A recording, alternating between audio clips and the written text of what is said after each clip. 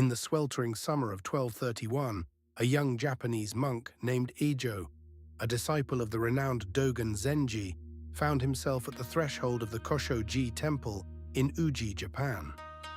As he pushed open the creaky wooden doors, a faint scent of incense wafted out, mingling with the sounds of chirping cicadas and the soft hum of the nearby river. Eijo had been summoned by his master to assist in the editing of the Shobogenzo, Dogen's magnum opus, a comprehensive treatise on the principles of Zen Buddhism. As Eijo stepped into the dimly lit temple, he caught sight of Dogen, hunched over a wooden desk, quill in hand, poring over a manuscript. The old master looked up, his eyes locking onto Eijo's, and said, "Today, we shall tackle the paradox of Bussho, the Buddha nature that lies within all beings." As Eijo delved deeper into the Shobogenzo, he began to grasp the intricacies of Dogen's teachings on Bussho.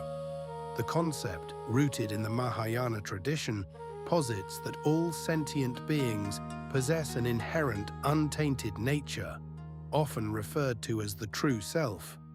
This idea is echoed in the teachings of the Chinese master, Huang Po, who wrote in his treatise, On the Transmission of Mind, "The mind is the Buddha, and the Buddha is the mind."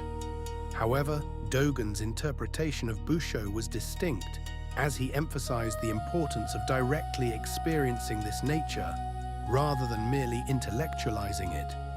As Eijo worked alongside his master, he began to realize that the pursuit of understanding Bussho was, in fact, a pursuit of understanding the very fabric of reality itself.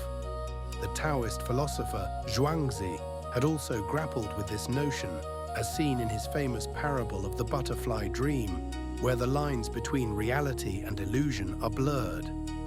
In the stillness of the temple, as the sun dipped below the horizon, casting the room in a warm, golden light, Eijo found himself lost in thought. He pondered the words of the great Zen master, Linji Yixuan, who had once said, "If you meet the Buddha, kill the Buddha." What did it mean to kill the Buddha? To let go of the very concept that was supposed to be the epitome of enlightenment? Was it not a paradox, a contradiction, to seek the Buddha nature while simultaneously rejecting the idea of a fixed, unchanging self? The silence was oppressive, punctuated only by the occasional creak of the old wooden floorboards. Eijo's mind was a jumble of questions, each one leading to more questions, like a never-ending labyrinth. As he sat, the words of the Buddhist teacher, Pema Chödrön, came to mind. The most fundamental aggression to ourselves, the most fundamental harm we can do to ourselves, is to remain ignorant by not having the courage and the respect to look at ourselves honestly and gently. And then, like a whispered secret, it came to him. The insight that Bussho was not something to be found, but rather something to be uncovered. It was not a destination, but a journey, a process of stripping away the layers of conditioning, of preconceptions, of ego. The Buddha nature was not a thing, but a verb, a dynamic, ever-unfolding expression of the present moment. As Eijo's understanding deepened, he felt the weight of his own conditioning lift, like the gentle lapping of waves against the shore. He saw that the pursuit of Bussho was not a solitary endeavor, but a collective one, intertwined with the lives of all beings. The words of Thich Nhat Hanh, "We are here to awaken from the illusion of our separateness," echoed in his mind as he realized that the concept of Bussho was closely tied to the idea of interbeing, the interconnectedness of all things. Today, as we navigate the complexities of our own lives, we can draw upon the wisdom of Dogen and the Zen masters who came before him. We can recognize that the paradox of Bussho is not just a relic of ancient philosophy, but a living, breathing reality that pulsates through every moment. As we go about our daily lives, we can ask ourselves, what is my own Bussho, my own unique expression of the Buddha nature?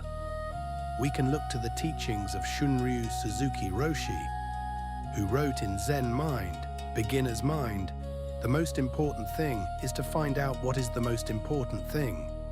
By embracing this question, we can begin to uncover our own Bussho, to reveal the hidden patterns and depths that lie within us, waiting to be discovered. As the Taoist sage Lao Tzu wrote in the Tao Te Ching, "Nature does not hurry, yet everything is accomplished." In the stillness of our own minds, we can find the courage to let go of our preconceptions, to kill the Buddha, and to uncover the Bussho that lies within, waiting to be revealed.